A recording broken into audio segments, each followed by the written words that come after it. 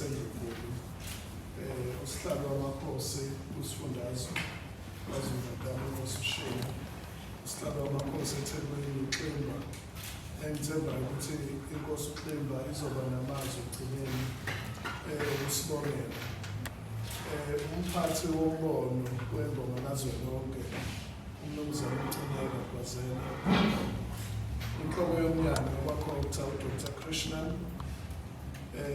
ngiyacela ukuthi bonke abasebenzela ukhokha zonke izikhulu zakwakhokha ley'suku besiyibona Chief Director of Communication bonke abakhokha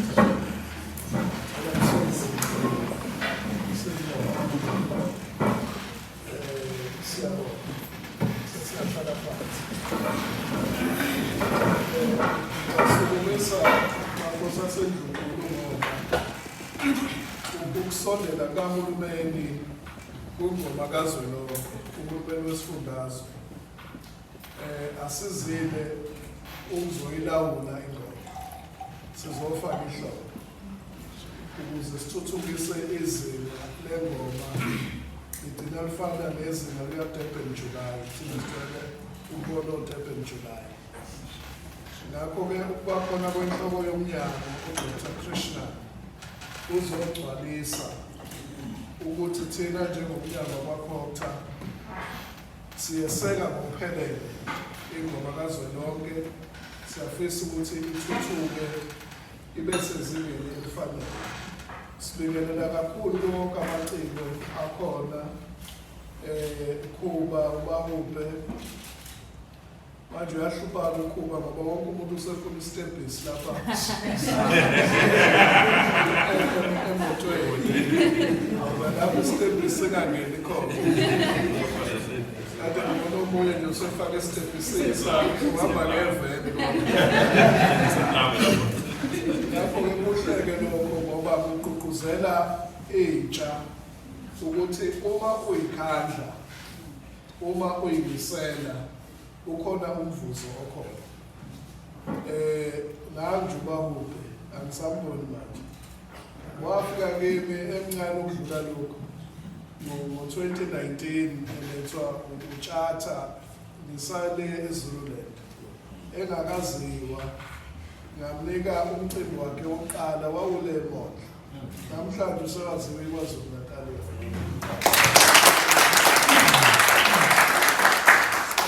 Bahube ukuyikhandla nokuyimisela wathiwa nje khona umfana wale mzinto ngathi ayimnikeni ithuba naye ayiveze onke amaciko akhona siyababona oJumbo nabo bonke angazi ukuthi uMavava uhlaleleni ngemuva ngoba akusiyo umuntu ojwayele ukuhlala ngemuva kodwa namhlanje akafisa ukubonakala imedia yonke ekhona iy'ntatheli njalo-ke bakhona iy'ntatheli khona imibuzo ngakho-ke iy'ntatheli ayihambe ngaphandle kwemibuzo ngiyathemba-ke Gwazela siyoba khona isikhathi sokunika iy'ntatheli imibuzo kodwa kwanamhlanje kukodwa amakhosi asekhulumile okwami nje ukuzofaka ihlombe ukuthi ingoma kazwelonke njengomnyango wabakhokha siyayeseka futhi sizokwenza konke okusemandleni ukuthi ingoma yakulonyaka kube ingoma ehlukile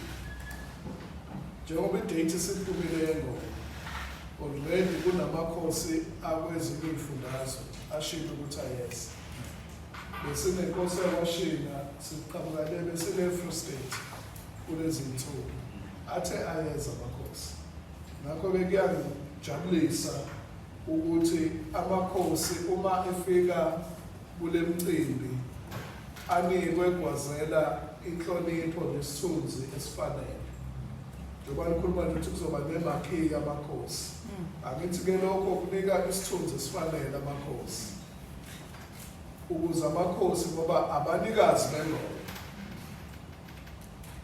kodwa iphupho lami elikhulu ngengoma kazwelonke ngifisa ukubona ingoma ingena ko-Chesterville ingena koNanda ingena koKhathomena zonke lezi zindawo ezinenkinga yokuthi abantu besilisa bayahluleka ukuyiphatha ngoba uma usengomeni uzowathatha apha amandla okushaya umuntu wesifazane. Uzokugide usuku lonke ulala usoyimpuphu. Uma usengomeni uzosithatha apha isikhathi sokuhamba ugqekeza imizi yabantu, uhamba utshontshe iy'moto. Ngakho-ke ingoma thina singayibuka njenge-entertainment. Kodwa ingoma njengoba sisondela njengo-Proctor, sihlose thina ukuvusa isimilo kubantu besilisa. Ingoma iyona esongena ngayo ukushintsha i-attitude kubantu besilisa ukuthi umuntu wesilisa uyiphatha kanjani. Bonke lobu bugebengu esibuzwayo kuthiwa i-GBV yini, ingoma isixazululo. Ngoba ukwazi ukuyogida engomeni ungapracticanga. Kumele ungene ku-practice usuku nosuku. Ngakho-ke thina sisondela ukuthi ingoma isabalale nakulezi ndawo eziyizidleke zobugebengu. Uma-ke ingoma sesiyibuyisela emakhosini, siyibuyisela-ke endaweni efanele. Kulo nyaka ngoLwesihlanu ngaphambi kokuthi kugidwe ingoma ngoMgqibelo kuzoba negala dinner lapha eHilton Hotel. Kulo nyaka lapho sobe sihlonipha khona amagoso, sihlonipha namakhosi akade efukamele ingoma eyigqugquzela esebenzisa amandla awo, ethinta amaphakethe awo amakhosi ukuthi unyaka nonyaka akube nengoma endaweni ethize. So ahlonipha-ke lawo makhosi kuleyo gala dinner iyobe ngoLwesihlanu. Bese-ke ngoMgqibelo sonke-ke siyobuka ingoma. Kodwa okuhlukile futhi kulo nyaka kunebhange elikhulu eseliqinisekisile ukuthi lizoba ingxenye yengoma kazwelonke.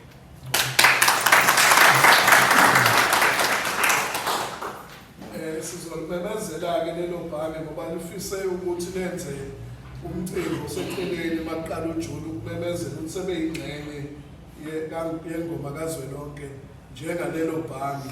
Bayozembula ngalelo langa, kodwa ibhange silaziyo sonke elikhulu lapha eNingizimu Afrika elibona ukuthi nalo lingasali ngaphandle uma sithuthukisa amaciko ethu, uma sithuthukisa into engiyethu. Sithanda-ke ukudlulisa amazwi okubonga kuMnumzane uNcileka Nkwazela ngoba siyazi ukuthi usukaphi nengoma. Abantu abaningi ingoma bayibukela phansi ngoba yinto yakithi yesintu, yinto yakithi eqhamuka emakhaya, yinto ebifukanyelwe amakhosi. Ngakho-ke ingoma kazwelonke ithathe into ebibukelwa phansi yayisibeka esithongweni